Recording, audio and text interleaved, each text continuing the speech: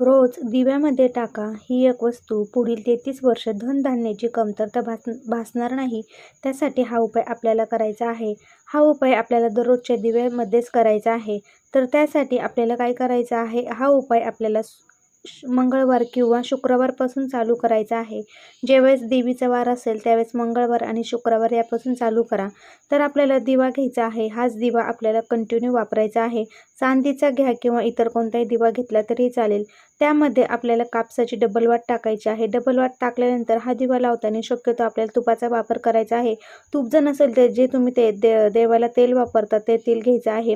आणि त्यामध्ये आपल्याला 1 लवंग, 1 विलायची आणि 1 तांदूळ टाकायचा आहे. आणि त्यामध्ये आपल्याला हे टाकल्यानंतर तो दिवा देवापाशी आपल्याला सकाळी प्रज्वलित करायचा आहे. तर संध्याकाळी प्रज्वलित करायचा आहे. हळदी कुंकू लावायचा आहे. मनोभावे नमस्कार करायचा आहे. हा दिवा स्टीलच्या डिशमध्ये किंवा आपल्याला तो दिवा चांदीच्या